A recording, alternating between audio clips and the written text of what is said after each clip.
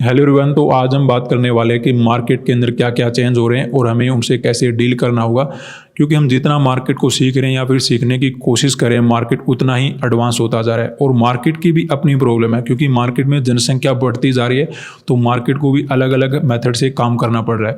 Market के अंदर हमें क्या नजर आएगा कि एक ब्रेकआउट बनेगा, ब्रेकआउट के बाद हम क्या करते हैं, बाय करते हैं। लेकिन कैसे करते हैं, विद प्रॉपर रिट्रेसमेंट। मार्केट क्या करेगा, रिट्रेसमेंट ही नहीं करेगा।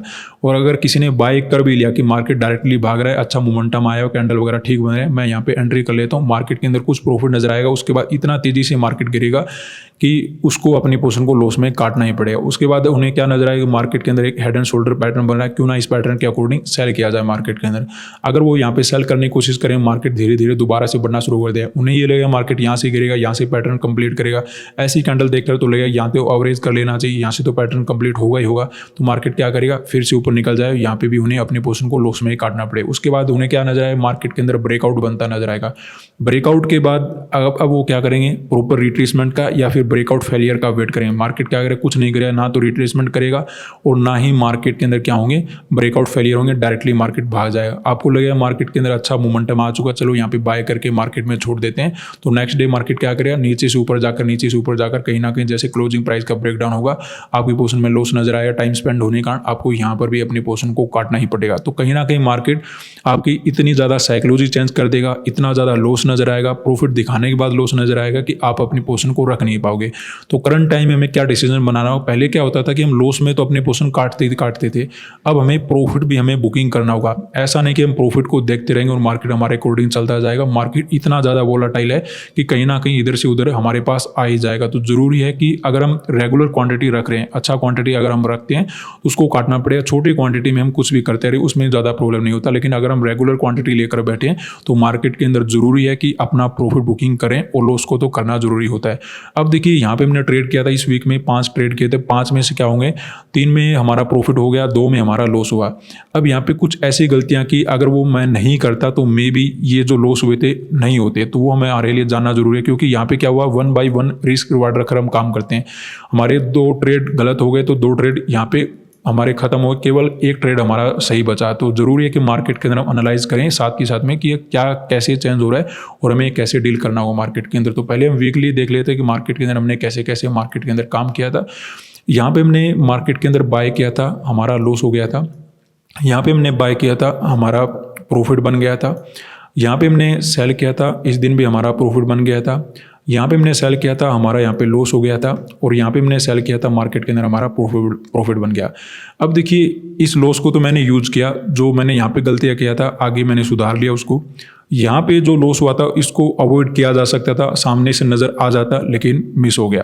वो हमने क्या मिस किया और कैसे हमने गलतियों सुधारा वो समझ लेते हैं। मार्केट के अंदर पहले हम समझते हैं कि यहाँ पे हमने बाय करने का प्लान ही क्यों बनाया, क्योंकि उससे ही पता लगेगा हमने क्या गलती किया और क्या नहीं किया। तो मार्केट के अंदर हमें क्या नज़र आएगा, आप मोमेंटम देखिए, यहाँ पे आपको क्या नज़र आएगा कि मार्केट ने बहुत अच्छा मोमेंटम किया। तो यहाँ पे डेफिनेटली किसी ने यहाँ पे 1 लाख रुपए से बाय किया हो, चाहे 1 करोड़ से बाय किया हो या फिर 10 करोड़ से, उन्हें बहुत अच्छा प्रॉफिट नजर आ रहा था। यहाँ पे जो भी बायर वगैरह बैठे थे, ठीक है, इतना हमें समझ में आ गया। तो मैं इनको डायरेक्टली टारगेट नहीं करता जो मार्केट के अंदर बायर प्रॉफिट में बैठे हैं। अब मुझे लगा कि मार्केट के अंदर यहाँ पे कुछ ऐसे पैटर्न बन रहे हैं और मार्केट के अंदर सेलिंग भी हुआ, तो यहाँ पे सेलर बैठे होंगे। तो मार्केट के अंदर अगर यहाँ पे सेलर बैठे तो मैं मार्केट के अंदर बाय कर लेता हूँ, ये मेरा प्लान था, इसलिए मैंने मार्केट के अंदर बाय किया था। अब आप ये बोलो सर डायरेक्ट ऐसे नहीं थे, सेलिंग भी आ रहा था, आपने यहाँ पे बाय क्यों किया? क्योंकि मुझे लगा कि ये हो सकता है एक बार के लिए एक सेंटीमेंट, एक साइकोलॉजी चेंज करने के लिए, कि सेलर को लगे कि थोड़ा बहुत एवरेज कर लेता हूँ, मार्केट गिरा है, गैप अप तो ओपन हो गया लेकिन गिर नहीं पा रहा है, तो मैं यहाँ पे एवरेज कर लेता हूँ, तो जैसे और गिरेगा मेरा प्रॉफिट बन जाएगा। तो मुझे लगा कि कुछ साइकोलॉजी चेंज करने के लिए, और कुछ वीक बायर भी होते हैं कि जस्ट एक कैंडल को देखकर, अपना गैप अप को देखकर प्रॉफिट बुकिंग करना शुरू कर देते हैं, उनको निकालने के लिए मार्केट कुछ ऐसा करा है। लेकिन कोई मेजर क्वांटिटी नहीं कट रहा है पोजिशन, यानी कि अगर यहाँ पे अच्छा कोई बायर बैठा है तो वो अपनी पोजिशन नहीं काट रहा है। तो अगर अच्छा पोजिशन कट रहा होता तो तेजी से सेलिंग हमें देखने को मिलता। तो ऐसा नहीं हो रहा, मार्केट होल्ड कर रहा है, तो इसलिए मैंने मार्केट के अंदर बाय कर लिया। लेकिन मार्केट में क्या हो गया, सेलिंग में कन्वर्ट हो गया। तो हमें यहाँ पे क्या समझ में आया कि यहाँ पे डायरेक्ट एसएल वगैरह अवेलेबल नहीं थे, यहाँ पे बायर बहुत ज्यादा प्रॉफिट में आ चुके थे, गैप भी उन्हें ओपन हो गया था। तो मार्केट के अंदर अगर सेलिंग आ रहा है तो यहाँ पे या तो वेट करो या फिर इतना जल्दी से बाय मत करो, कुछ सपोर्ट वगैरह देखकर बाय करो, जैसे क्लोजिंग प्राइस का सपोर्ट देखकर बाय करो। ये मोमेंटम ज्यादा नहीं हुआ, लेकिन आपको मोस्ट ऑफ द टाइम जरूर देखने को मिला। यहाँ पे तो देखिए मार्केट को ज्यादा बढ़ना था, तो मार्केट ने एक बार के लिए ब्रेकडाउन करके उसके बाद मोमेंटम मोमेंटम करना शुरू किया। लेकिन हमें आगे के लिए ध्यान क्या रखना है, हमारा काम जरूर बन जाएगा कि जब भी बायर वगैरह प्रॉफिट में बैठ जाए और अपर साइड अगर डायरेक्ट एसएल वगैरह अवेलेबल नहीं, हम यहाँ पे क्या करेंगे, कम से कम किसी सपोर्ट का जो एक लॉजिकल सपोर्ट होता है, ऐसा नहीं कि हमें कोई लगाना ही पड़ेंगे मार्केट के अंदर, जो भी क्लोजिंग प्राइस पकड़ लो या फिर जो भी मार्केट के अंदर अच्छे से कोई पैटर्न बनाकर बैठा है मार्केट में, वहाँ पे सपोर्ट को आइडेंटिफाई कर लो, उस सपोर्ट के अकॉर्डिंग हमें मार्केट के अंदर बाय करना है, डायरेक्टली बाय करने के लिए नहीं भागेंगे। ठीक है, उसके बाद हमने क्या किया था, अब देखिए गलतियों को हमने कैसे सुधारा, मैं आपको आगे दिखाता हूँ। यहाँ पे देखिए मार्केट के अंदर अच्छा मोमेंटम हुआ, यहाँ पे भी अच्छा मोमेंटम हुआ, मार्केट में डायरेक्ट एसएल यहाँ पे भी अवेलेबल नहीं थे, यहाँ पर भी डायरेक्ट एसएल वगैरह अवेलेबल नहीं थे। मार्केट ने जैसे ही यहाँ पे क्या हुआ, ये आसपास ओपनिंग हो गया तो मैंने वेट किया कि थोड़ा बहुत ऊपर मिलेगा तभी जाकर मैं सेल करूँ, क्योंकि यहाँ पे देखिए ऊपर से सेलिंग आ रहा है। अगर आसपास होगा तो मार्केट क्या करेगा, फिर से निकलना शुरू हो जाए, क्योंकि ये बायर हैं प्रॉफिट में बैठे हैं। तो हमें क्या चाहिए कि मार्केट थोड़ा ऊपर मिले हमें, तब जाकर हम सेल करें। और लॉजिकली मार्केट में अगर अपर साइड एसएल नहीं है तो जो भी हमारा रजिस्टेंस बैठे उसके आसपास करें। यहाँ पे हमारा क्या हो गया था, यहाँ पे हमने बाय किया था, हमारा लॉस हुआ। यहाँ पे हमने कैसे किया कि मार्केट के अंदर हमें अगर डायरेक्ट एसएल नहीं, यहाँ पे भी एसएल नहीं, मार्केट सेलिंग में आया, बायर अच्छे प्रॉफिट में थे, लेकिन अगर गैप अप ज़्यादा ओपन होता है सेलिंग में आता है, तो यहाँ पे हम क्या करेंगे कि मार्केट के अंदर अगर गैप अप ठीक ठाक मिलेगा हमें और अगर मार्केट रेजिस्टेंस वगैरह ले रहा है तो आराम से यहाँ पे सेल किया जा सकता है। इसीलिए मैंने यहाँ पे सेल किया और मार्केट के अंदर जैसे रिजेक्शन नजर आया, ठीक ठाक कैंडल बने, उसके अकॉर्डिंग ट्रेड बनाया और मेरा प्रॉफिट बन गया। तो इस गलती को मैंने यहाँ पे सुधार लिया। लेकिन कौन सी गलती नहीं सुधारा वो मैं आपको दिखाता हूँ। मार्केट के अंदर इतना बुरा लगा ये कैंडल देखकर, तो हमने यहाँ पे एवरेज भी कर लिया था कुछ क्वांटिटी को। यहाँ पे हमने देखिए क्या किया था, मार्केट के अंदर इस चार्ट को देखिए पहले आप। यहाँ पे हमने क्या किया था कि मार्केट के अंदर सेलिंग हुआ था, सेलिंग होने के बाद हमने ये रिट्रेसमेंट चेक करा। रिट्रेसमेंट होने के बाद हमें पता लगा कि ये 0.61% का रिट्रेसमेंट हो चुका। वो कैसे करते हैं, मार्केट के अंदर आप फिबोनाची को यूज़ कर सकते हो। यहाँ पे आपको नजर आएगा, यहाँ से लोअर पॉइंट तक जाओगे, लगभग यहाँ पे 0.61% तक मार्केट अगर रिट्रेसमेंट करता है तो मैं ये मानता हूँ कि अपर साइड हमें एसएल वगैरह नहीं मिलते। आप अपना भी बना सकते हो, मैं ये मानता हूँ। ठीक है, तो मार्केट के अंदर यहाँ पे एसएल वगैरह अवेलेबल नहीं है, मार्केट में छोटा मोटा गैप डाउन ओपन हुआ है, अपना क्लोजिंग प्राइस का रेजिस्टेंस ले रहा है, तो कोई दिक्कत वाली बात नहीं, आराम से यहाँ पे सेल करते हैं। मार्केट के अंदर सेल किया, हमारा यहाँ पे प्रॉफिट मार्केट के अंदर बहुत अच्छा बना। ठीक है, लेकिन उसके बाद नेक्स्ट डे क्या प्रॉब्लम हुआ कि वैसा ही कुछ मार्केट के अंदर था कि जैसे यहाँ पर बायर बैठे थे, यहाँ पर ही मुझे लगा कि बायर बैठे हैं, अपर साइड डायरेक्ट एसएल वगैरह अवेलेबल नहीं क्योंकि रिट्रेसमेंट हो चुका है। लेकिन मार्केट ने क्या किया, क्लोजिंग प्राइस का एक्जैक्टली रेजिस्टेंस ले रखा था और यहाँ पे भी क्लोजिंग प्राइस का लगभग रेजिस्टेंस लेकर मार्केट गिरा था। तो हम क्या सोच रहे थे मार्केट के अंदर कि यहाँ से भी रेजिस्टेंस लेकर ऐसे गिरा और मार्केट यहाँ से भी रेजिस्टेंस लेकर ऐसे गिर जाएगा। तो कभी भी मार्केट है ना चार्ट को रिपीट नहीं करता, बहुत ही ज़्यादा साइकोलॉजी कुछ अलग चल रहा है मार्केट के अंदर, कुछ न्यूज़ वगैरह है, तब तो आप भूल जाइए।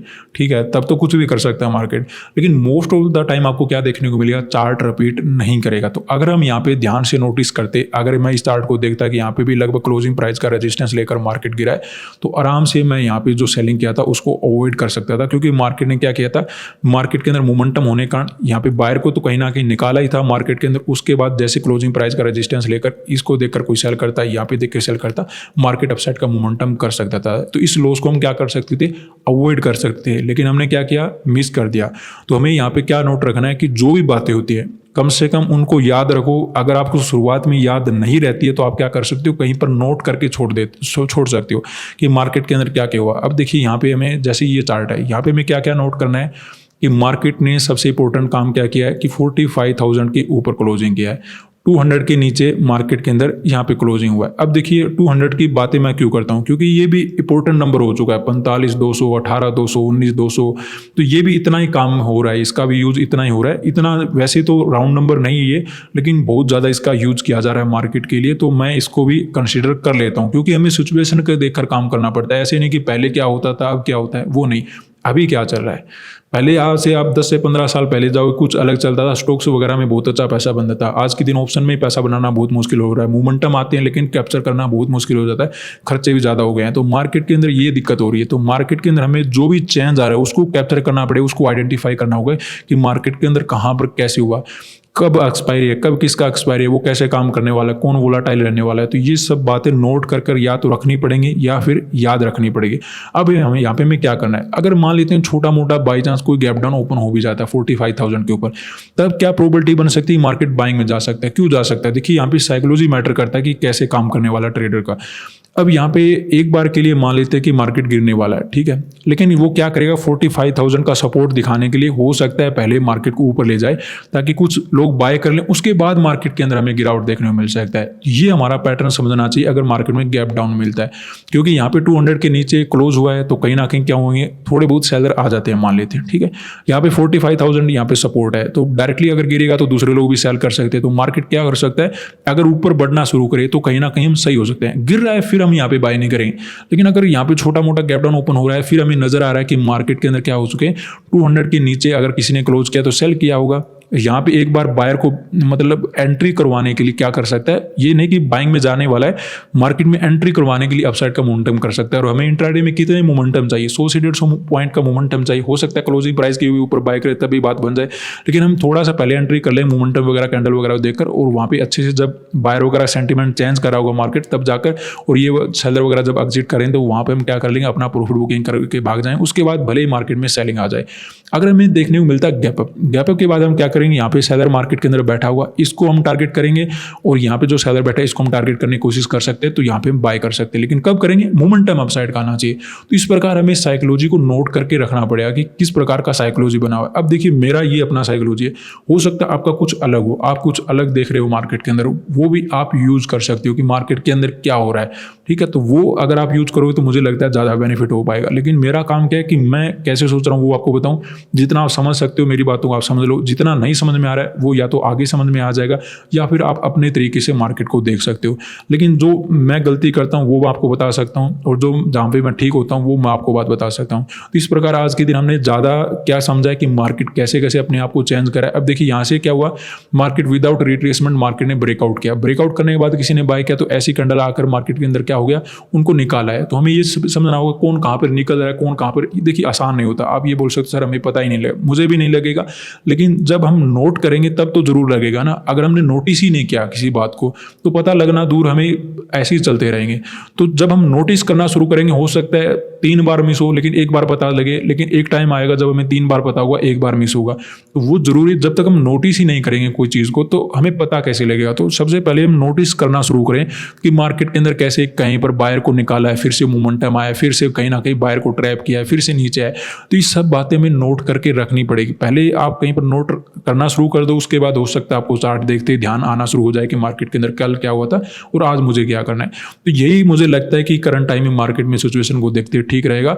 तो आज के लिए हम इतना ही रखते हैं सेशन, और थोड़ा आपके ऊपर छोड़ देते हैं कि चार्ट वगैरह आप भी देखो। जितना मैंने आपको समझाया कि कैसे हमें चार्ट वगैरह को देखना है, कैसे हमें मोमेंटम को समझना है, वो आप समझ सकते हो। कैसे बायर सेलर को मार्केट के अंदर ट्रैप करता हुआ मार्केट जा रहा है वो भी आप समझ सकते हो, सब समझ सकते हो। तो वो आपके ऊपर डिपेंड रहेगा, सब कुछ मैं नहीं बता सकता और आप समझ भी नहीं सकते। तो आज के लिए इतना ही, धन्यवाद।